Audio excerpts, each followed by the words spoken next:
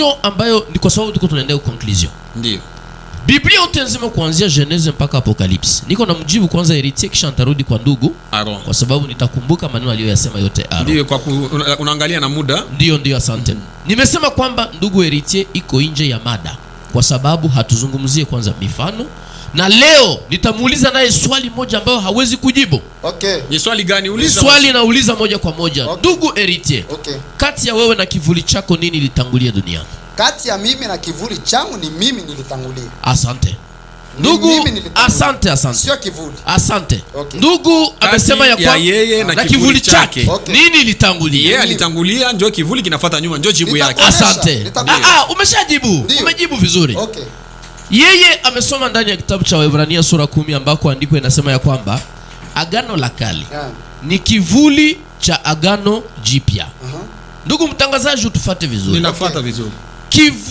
Agano la Kale ni kivuli ya Agano Jipya. Okay. Kati ya Agano la Kale na Agano Jipya nini litangulia? Okay. Unauliza très bien. Unaweza kujibu kwa mara moja bila kujustifier. Entre Ancien Testament na Nouveau Testament nini litangulia? Agano la Kale na Agano Jipya ile ilitangulia yenye mwe muliona ni Agano la Kale. Unasikia? Sababu Yesu Kristo anasema kabla misingi ya ulimwengu haijawekwa mimi nilikuwa. Haujanijibu. Swali iko moja tu. Yenye wewe uliona. Mimi nataka unijibu direct. Direct na kujibu kama kati ya Agano la Kale. Nini litangulia kati ya Agano la Kale na Agano Jipya? Ndio nakujibu kama yenyewe. Ambayo wewe unajua. Mimi usiniambie yenye mimi najua. Uniulize basi mimi sababu mimi niko na Biblia. Si niko na Biblia hapa. Kwa sababu niliuliza swali hapa. Okay. Biblia mlisoma ndani ya Waebrania sura 10 mstari wa kwanza ya kwamba Agano la Kale ni kivuli ya Agano Jipya. Mimi nikauliza kati yake yeye na kivuli chake nini litangulia? Akasema ni yeye. Nikamuuliza swali kati ya Agano la Kale na Agano Jipya nini litangulia? Si unasema, si ndio unauliza? Nimeshauliza, nijibu sasa. Ndio nakujibu kama nini ilitangulia kati ya viwili? Yenyewe uliona ni Agano la Kale. Jibu sawa sawa na wewe. Jibu sawa sawa na wewe mwenyewe. Selo wewe Agano Jipya na Agano la Kale nini ilitangulia? Selo wewe. Selo yeye anasema ni Agano la Kale. Sasa selo wewe. Mimi sijasema ni Agano la Kale litangulia. Ndio. Mimi nimesema hivi. Mtumishi wa Mungu Héritier Kabwe. Agano Jipya na Agano la Kale nini kilitangulia? Agano la Kale njoo ni muliona. No. Nini kilitangulia? Kenya tunaona kile kilitangulia. Nikusema ninajua juu ya nini pale tunahitaji jibu. Tukipata jibu ndo ataelewa kwamba iko nje ya maandiko. Okay, sawa. Mimi nimekuuliza wazi kwa sababu umezungumzia mifano hapo. Okay. Kwamba Agano la Kale kwa sababu mimi niko ndani ya mifano, okay, au sio? Ndio. Kwa sababu Agano la Kale ni mifano. Okay. Mimi nimekuuliza swali. Kati ya Agano la Kale ambao ni kivuli cha Agano Jipya na Agano Jipya nini litangulia kuja? Tukate kifupi. Ni Agano la Kale. Ni Agano la Kale. Jibu imetoka ni Agano la Kale. Maana hapo tayari amejikontradire kusema kwamba yeye na kivuli chake ndio kilitangulia. Sawa, sasa umenielewa? Kisha kumpa. Umenielewa? Ngoja tuendelee sasa. Sasa katika ufunuo wa maandiko. Kwenda haraka sababu kuna inabidi mjibu apotre. Yes. Dakika moja nifunge kwake. Dakika moja kweli. Andiko inaonesha ya kwamba kilichotangulia ni Agano Jipya. Ndio lilitangulia Agano la Kale. Hiyo ni ndani ya Andiko ndio inaonesha kwamba Agano Jipya ndio ilitangulia Agano la Kale. Hiyo ni mafundisho kwangu ni ya sasa. Ndio utufundishe basi. Ngoja nikupe andiko. Ndani ya Je tu na watu wote wanaiwa kama ba Musa, ba nani ama kukutana na Yesu. Agano Jipya ile watu wanaita leo Agano Jipya. Ndio Yesu Kristo. Na Yesu Kristo alikuwepo kabla Ibrahimu hajazaliwa. Sasa ni mambo nilikuonesha. Subiri, niko nakuelewesha. Wewe ulishakataa unasema kwamba Agano Jipya. Mimi nataka nionyeshe wasikilizaji wote leo kwamba Agano Jipya ndo lilitangulia Agano la Kale. Kwa sababu madhehebu wamepotea kwa sababu wanafikiria kwamba Agano la Kale ndo lilitangulia Agano Jipya. Sawa, unabakia na 30 secondes juu ya ile partie. Hiyo 30 secondes nataka nimjibu. Na mjibu kwake uko na dakika kwake uko na dakika 2. 30 secondes ilikuwa ni huko. 30 secondes ya kwake na mjibu tu kifupi ya kwamba tangia leo atambue ya kwamba Agano Jipya ndo lilitangulia Agano la Kale kwa sababu Agano la Kale ni mifano na uhakika ni Yesu Kristo na mifano inatolewa kwenye uhakika wa maisha iliyoko. Hauwezi toa mfano kwa kitu ambacho hakipo. Yesu Kristo wakati anafundisha kuhusu poligami, kuhusu ufalme wa Mungu, kwamba wanawake 10 walienda kumulaki mume mmoja, ilikuwa ni maisha halisi ilikuwepo duniani katika Wakristo. Asante Pasteur David. Apotre Aaron Kiota anasema ya kwamba châtiment ama malipizi ya polygame ni zaidi ya malipizi ya mtu mwenye aliua. Ni kusema gisi wako pale uko na babibi 4, bakitaka kukupigania kukupiga weye, ndaki watakupiga 77 fois bibi moya, 77 fois bibi wa pili. Donc papa ni blasphème ya sababu mbingu aisahabu. Luc chapitre 13 nitamjibu moja kwa moja, nimuoneshe kwamba watakaoingia wa kwanza katika ufalme wa mbinguni ni bapoligami. Yeye hata kuepo. Apotre unasikia anasema watakaoingia katika ufalme wa Mungu wa kwanza ni wa poligami. Wanataka kusoma Biblia na baada yeye kusoma atakujibia, utakuwa unapiga simu sasa kwa ile namba nyingine ujibu. Luc chapitre 13 à partir du verset 28. C'est là qu'il y aura des pleurs et des grincements de dents. Unaweza kutusomea hata kwa Kiswahili kama ikiwezekana. Nikiwa niko nasoma huku kama utaweza kutusomea kwa Kiswahili. Luc chapitre Luka 13 na mstari wake wa 28. Ile siku itakuwa ni kusaga meno. Kilio na kusaga meno. Mstari wa 28. 28. Mimi napenda mimi nisome juu msisome vya bina yako. Asante. 28 Biblia inasema kule kutakuwa kulia na kusaga meno. Wakati mutakapoona Abrahamu na Isaka na Yakobo na manabii yote katika ufalme wa Mungu. Achia pale. Wakati watamuona wa kwanza ni nani? Ibrahimu. Ndio. Yeye alisema Ibrahimu alikuwa anamfera, asema alikuwa mwenye dhambi. Hiyo ni kublasfeme. Ibrahimu tayari mbingu zimeweza sema kwamba yeye ndio wa kwanza ataingia mfalme wa mbinguni kama baba wa imani.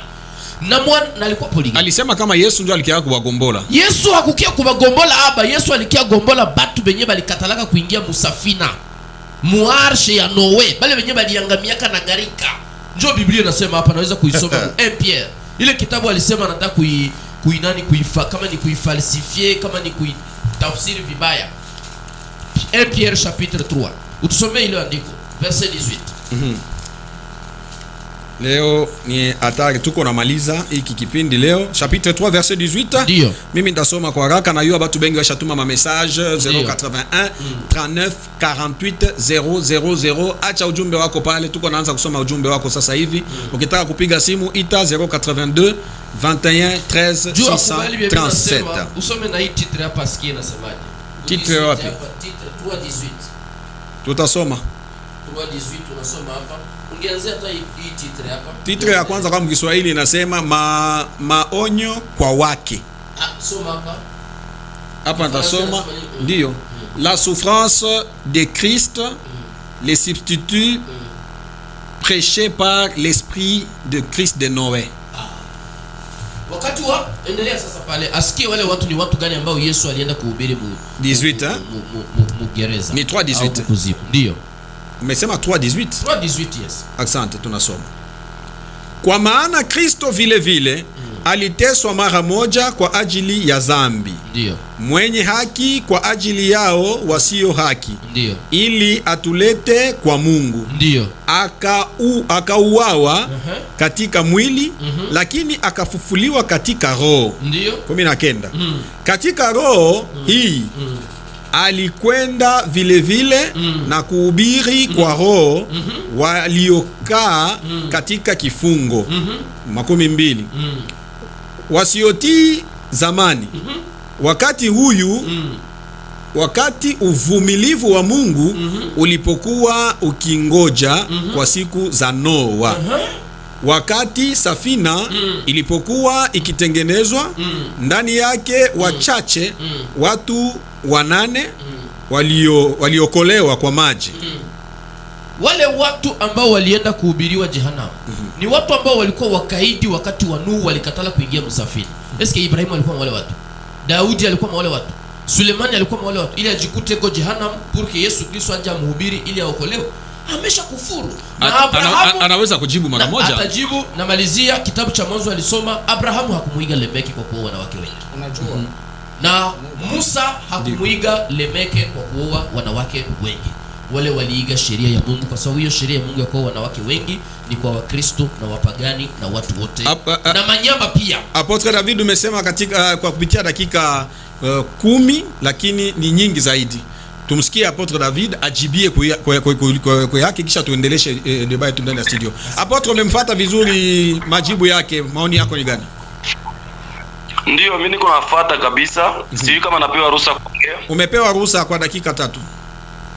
Asante sana. Kia kwanza napenda ni mjibu Ndio. Unajua kitu kenye mtu anatakiwa ajue. Usikuwa unabangamia Biblia kwa wakati uyaelewa. Biblia inasema hivi, anaweza soma mu 1 Samuel, Biblia inasema hata Jean, Bwana Yesu anasema kama nimekuya na mamlaka zote, nimewapatia ufunguo wa mauti na uzima. Avant que Jésus akuye, donc Hades ilikuwa dirigé na Satan. Comme preuve, Samuel wakati alikufa mtakatifu, umuulize yeye, Samuel alikuwa mparadis, alikuwa mu enfer. Ndio kesho ya kwanza umuulize. Samuel alikuwa mparadis, alikuwa mu enfer. Samuel hajawahi kwenda mu enfer. Asema Samuel hajawahi kwenda mu enfer. Alikuwa mtombe yake mkaburi yake wakati alikuja kuamshwa na ule mwanamke. Hajawahi kwenda enfer. Asante, amesikia. Alikuwa tunajibu mara moja. Anasema akwendaka mu enfer. Sawa, sasa sikia, kama akwenda mu enfer, kwa nini nabii Samuel anaweza kutoka kukichwa kia mfumu? Njoo ulizo na muuliza. Kwa nini nabii Samuel wakati Saul alienda kuindori kwenda kulamusha kutafuta SP ya Samuel, pourquoi Samuel alitoka kukichwa kia mfumu? Samuel alitoka kukichwa kia mfumu. Mimi mwenyewe anacheka sababu ndio kusikia. Ndio Apotre David, umesikia Apotre Aaron Kiota amesema kwa nini Samuel alitoka mkichwa cha mfumu? Mkichwa na mimi niamalizie dakika yangu. Napenda niulete mkia pili nimtakatishie pale. Ajue hivi. Kuanzia kipindi kia Noe mpaka na vile Jésus alikuya, bantu bote walikuwa wanakufa, walikwenda kwa enfer. Ule alibakombola ni Jésus, batakatifu na batenda mabaya. Soma Matthieu chapitre, kwanza Matthieu ni majina yako. Matthieu chapitre 27 verset 51, aisome mkiswahili pale. Acha mimi nisome mimi hapa Matthieu chapitre 27 verset 51, shuka nayo. Na tazama, pazia la hekalu likapasuka vipande viwili toka juu hata chini. Okay. Inchi ikatetemeka, miamba ikapasuka. Sawa. Makaburi yakafunguliwa na miili mingi ya watakatifu waliokwisha kulala ilifufuliwa. Twende. Na wakitoka katika makaburi nyuma ya ufufuko wake, wakaingia katika muji mtakatifu na kutokea kwa watu wengi. 54. Acha pale. Biblia inasema miili ya watakatifu wengi ilifanya nini? Ilikombolewa. Haina hivyo? Ndio. Ilikombolewa. Anaongeza. Unaongeza. Asema unaongeza, haikusema imekombolewa. Haikusema imekombolewa. Sasa ikafaje ile miili ya watakatifu? Inasema kwamba arudilie 52. Narudilia hapa 52. Narudilia hapa 52 Apotre Aaron. Makaburi yakafunguliwa. Na miili mingi ya watakatifu waliokwisha kulala ilifufuliwa. Tayari ni watakatifu walikwisha kulala. Walilala wakiwa watakatifu. Ilifufuliwa. Hapana kukombolewa. Tushuke. Na wakitoka katika makaburi nyuma ya ufufuko wake, wakaingia katika muji mtakatifu na kutokea kwa watu wengi. Mpaka pale baba Makolovero. Mimi narudia juu nimrudishe. Ndio. Ile miili ya watakatifu iliyofufuliwa ile siku kwa ufufuko wa Yesu, yeye akwambie ni watakatifu gani? Bale benye balifufuliwa kabla miili ya Yesu, kama si Abrahamu, kama si Isake, kama si Jacobe, kama si Poligame, bote bale ba Salomo na wengine, kama ajui ndio mali pe anapotelea. Sawa, anasema anajibu moja kwa moja kwa sababu muda wako. Umsikie jibu kwa ufupi, kisha tunaenda kwa mtumishi wa Mungu na kujibu moja kwa moja ya kwamba mili ya watakatifu ambayo walikuwa wamelala mu makaburi, hapana mu enfer. Labda ile terme ndio na ukomplike Jehannam na kaburi. walikuwa wamelala mkaburi, hawakuwa wanalala muanfer, mili yao ndio ikafufuliwa na hawakukombolewa kama unavyosema, kwa sababu walikuwa tayari wameshakombolewa wakiwa bado wako ndani ya makaburi. Baba tuko na kufata. Basi anasikia na tumempatia sauti. Sasa hapa tunarudia ndani ya studio, wapenda wasikilizaji wetu, na kipindi chetu kiko naendelea vizuri sana. Naona mshatuma ujumbe wa mingi sana, na tutaisoma ujumbe hii baada ya ndugu zetu kumaliza hapa. Kumbe tumpatie ndugu Héritier, umesemaje? Merci beaucoup papa journaliste. Je me condamne parce que wakati niko nazungumza na Pasteur David, niko na utiliser supériorité de langage. Donc je suis trop dans l'esprit et il est charnel. Maintenant je vais rentrer natafuta kurudia mwile dimension yake pour que ajaribu kunielewa. Na kunielewa unisomee kwanza kitabu cha Waefeso sura yake ya 5 mstari wa 31. 31 wa Efeso tunasoma. Inasema nini? Kwa sababu ya maneno hii, juu ya maneno hii, mume ataacha baba yake na mama yake, mume ataacha baba yake na mama yake, na atafungana na mkeo, na ye atakamatana na mwanamke, nao wawili watakuwa mwili mmoja. Ni wawili ndio watakuwa mwili mmoja. Tuendelee. Siri hii siri ni kubwa, iko tukabambi, lakini ninasema habari za Kristo na kanisa. Njoo basi maneno ya ndoa tangu agano la kale, tangu mwanzo, sababu hii maneno ya mume ataacha bazazi yake na mama yake ni kusema inaanza tangu ni Mungu, c'est Dieu qui a institué le mariage. Et c'est Dieu qui a donné cet ordre que l'homme quitte son père et sa mère et s'attache à sa femme et ils deviendront une seule chair. Maintenant, sababu ni kivuli kama maneno yenye kuja, ndio maana Yesu Kristo anakuja kurevelea à travers Paul. Anasema hii maneno yote kama beko banazungumzia juu ya ndoa, o polygamie, o nini.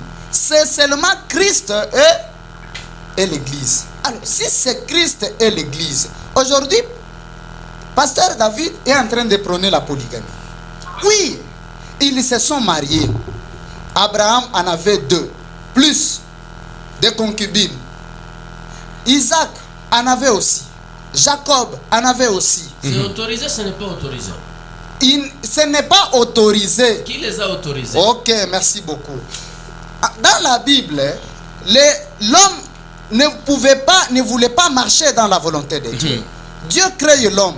Il donne l'homme et il le met au centre de sa vie. Mungu anamwambia mtu, mimi nakupatishia wewe peke uchakue uzuri na ubaya. Unasikiliza? Alors, les hommes se sont égarés de la volonté de Dieu. Parce que le plan de Dieu sur le mariage, c'est ça l'ordre. Que l'homme quitte son père et sa mère et s'attache à sa femme et qu'ils deviennent une seule chair.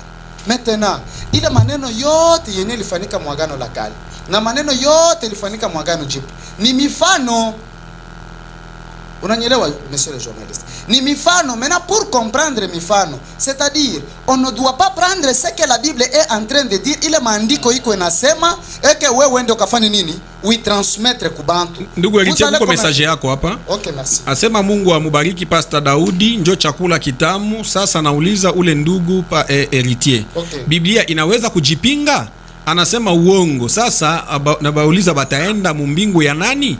Baachane na mafilosofi yabo. Mimi ni frère André Apatrico. Ule Pastor Héritier anakosa maandiko, atulie, ni uongo wa maandiko, iko wazi toujours frère André. Kwanza yeye ule frère hajue mbingu ni nini. Mbingu kama banamwambia mbingu yako naangalia kule yulo. Unasikia? Anawajua mbingu ni kule yulo. Il doit être appris l'esprit parce que roho haijue. Unasikia? Mbingu yako naona ni kule yulo. Pasteur David yako namfundisha kule yulo. Moi je parle les choses de l'esprit. Et nikusema hivi, maneno ya ndoa ni maneno ya roho. Sababu wakati sisi tunaona ku Biblia bote balioa bibi mbili, c'est Jésus-Christ qui vient révéler que kama Abraham alikuwa na babibi mbili ni mfano gani? Kama Yakobo alikuwa na babibi mbili ni mfano gani? Par exemple, nous prenons le mariage de Jacob. Lorsqu'il va chez Laban, il sollicite prendre Rachel. Laban lui dit, ok, tu peux travailler 7 ans. Il travaille 7 ans. Après, le jour de noces, on l'amène Léa. Il dit, non, je n'ai pas travaillé pour Léa, j'ai travaillé pour Rachel. Alors c'est comme ça, il finit par travailler encore 7 ans, 14 ans. Maintenant il est maneno, Pasteur David. Napenda nimuulize kidogo. Pasteur David, ni mtoto wako gani ulienda kumtoa kama vile Abraham alitoa Isaac? Abraham alitoa Isaac kwa sababu Mungu alimuomba mtoe. Okay, wewe ulitoa wako gani? Mungu hajaniomba. Mungu akiniomba nitatoa. Utabeba mtoto wako utatoa. Mimi ndio ninajua mwenyewe. Donc c'est pour dire que le jour que tu vas prendre ton fils pour aller l'offrir en sacrifice, ce jour-là, on va vous arrêter pour tentative de meurtre. Si l'écriture est inspirée de Dieu, c'est-à-dire il faut chercher l'esprit dans chaque écriture. Lorsque nous lisons un passage biblique, par exemple, sur le mariage d'Abraham, c'est figuré. Si c'est figuré, donc nous devons nous poser la question, est-ce que derrière ce mariage d'Abraham, qu'est-ce que l'esprit a révélé? Alors nous, l'esprit nous a révélé que le mariage d'Abraham, il s'agissait des alliances. De deux alliances. Alors, parce que ici... Question directe avant funda. Question directe. Mungu aliruhusu poligami au hakuruhusu poligami? Hakuruhusu poligami na hata hawezi kuiruhusu hata siku moja. Merci. Usinisomee mifano. Dewilo, naona upande wako kuna message ambayo iko pale katikati pale, unaweza kusoma message mbili ili tupate kuendelea pale. Asante. Kuna huyu anasema, jambo baba journaliste, ule pasteur asipotoshe watu, asicheze na neno la Mungu. Ile verset yenye anasoma ya 1 Pierre 3 verset 18-20 inamutupa. Ndiyo maneno ya Yesu, alisema siku ya mwisho wengi watakuja kwa jina langu. Alphonse, citoyen congolais. Kuna huyu mwingine anasema, jambo ndugu, ni bwana Juma hapa Lumbwe. Naomba tu munisomee Isaya 4:1 mwepeke mutoe jibu kupitia ayo hiyo mada. Tutamsomea Isaya 4:1, tutamsomea sababu kila mtu na siku za mwisho wanawake 7 watamtoa mume mmoja, watamwambia tutakula chakula chetu, tutavaa mavazi yetu, utuondoe aibu, utuite tu wake zako. Pastor, mbona una Biblia? Uko unasema je? Ile ni andiko iko kichwani. Au iko rohoni. Anasema vizuri? Ni Isaya. Anaisoma vizuri? Ndiyo. Okay, kuna ujumbe mwingine? Imekwisha ujumbe, basi tunaenda hivi alisema kijana ule alisema tumsomee Isaya 4:1. Isaya 4:1. Okay. Njoo ile alisoma? Ndio. Sasa tunaenda hivi, tunaprocede hivi. Tunakamata etape ya conclusion. Na mikabula hii madakika ambayo niko nayo hapa. Tuko na dakika 5. Na mikabula hii madakika tuko nayo. Yaani Pastor David uko na dakika 2 na ndugu Heritier, yaani Pastor David uko na dakika 1:30. Imepungua. Ndio. Na ndugu Heritier atakuwa na dakika 1:30, alafu tutamrudilia apôtre Aaron Kiota ndio kwa conclusion yake. Donc quelle est votre conclusion? Conclusion yangu moja kwa moja ni kuonesha kwamba Mungu aliruhusu kuoa wanawake wengi. Andiko ambao nilisoma ndani ya Samueli wa pili sura ya 12 na mstari wake wa 7, Mungu alimwambia Daudi, nilikupa wanawake wengi.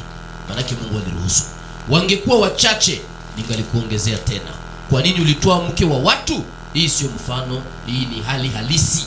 Hata sema kwamba uriletea kwa na existe, hakukuwa ni kivuli au ni sanamu.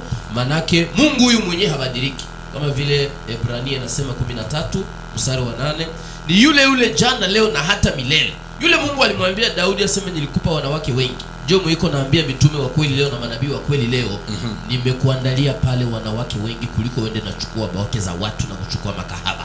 Ni dawa ya zambi. Hiyo ndo conclusion yangu. Na hakuna mwanaweza pinga hii andiko asipokuwa tumpinga Kristo. Asema unaweza apôtre Pasteur David atuambie kila mariage anavala bage? Mwanaume haruhusiwi kuvala bage kwa sababu mwanaume ndiye anatoa alliance. Na hiyo alliance ilianza depuis Genèse. Mungu, alliance ni mkataba, ni contrat. Na wakati mnafanya contrat, partie supérieure ndio inapana contrat, partie inférieure inasinye. Mwanaume ndio anavalisha mwanamke bage. Na ile swali angeuliza Salomo, mtu mwenye hekima, alikuwa na wanawake 1000 kama alikuwa na vala bagi. Apôtre Aaron, conclusion yako? Conclusion yangu ni kwamba nashukuru sana, nilikuwa napenda paske mimi namfuata huyo bwana hapa kumwisho. Nilikuwa naomba emission naye ili nimsaidie aokoke, kwa sababu poligami ni kitu hakitokani na Mungu wala na mapepo, ni kitu kinatokana na mtu wa kwanza kufa poligami ni Lemeki. Donc Lemeki ni mkizazi kia Enoke, mkizazi ava meme ya ba Noe, ava meme ya ba Abraham. Donc bale balifika ni poligami hereditaire, ndio kitu ya kwanza aweke mkichwa yake. Na mverse yake 4 anasema kama mkate 24 anasema kama mi poligame, mi mwenye yaisha poligame atakuwa vanje 77 fois. Haina mimi nasema ni yeye ndio anasema poligame wa kwanza ule mwenyewe tati ni moyale alisha poligami anasema kaya aliua mtu atakuwa vanje 7 fois, mimi poligame atakuwa vanje 77 fois. Ndio mwali alisha poligami ule na leta jugement. Kwa hiyo Matthieu 19 Jésus anasema mambo ya mariage turudie ku commencement. Mungu aliumba mtu mwanaume na mtu mwanamke, bawili batakuwa mwili mmoja. Vous pouvez capitaliser dakika yenu mbili kwa sababu ya kumalizia kipindi hiki kwa siku za leo. Merci beaucoup monsieur le journaliste. Maneno ya ndoa kwa Mkristo ni maneno ya roho, na maneno ya ndoa inajiresume mu Kristo na kanisa. Bale bote balifanya ma mariage polygamique mu Ancien Testament.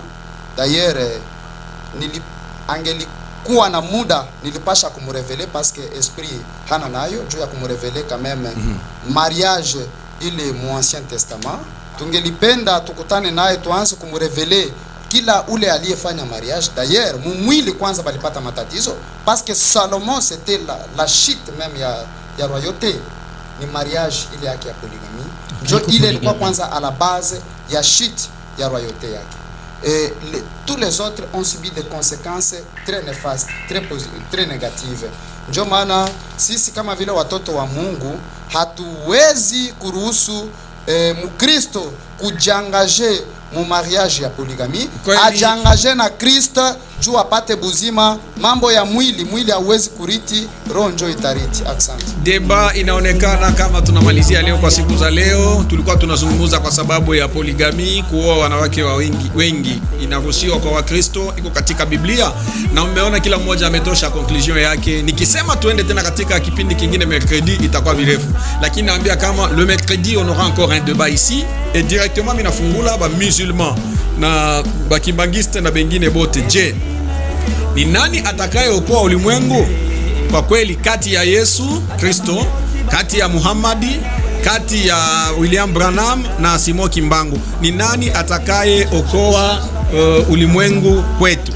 Kwa sisi wote tutajua ni nini. Na ukikuwa kama mtapendelea kufika katika kipindi kile, basi utakuwa unatupigia. Namba zetu za simu umejijua, 082 21 13 637 081 39 48 000. Naitwa Mathias Makolovera, katika ushikaji picha Victor Bitulu, na ufundi ni wake Dewilo Kalubula. Kwa wote na wafurahia sana. Unajua bitide yetu ni kusalimiana kama tunamaliza kipindi chetu, ya kuonesha alama ya kuwa pamoja, sababu hakuna tatizo lolote.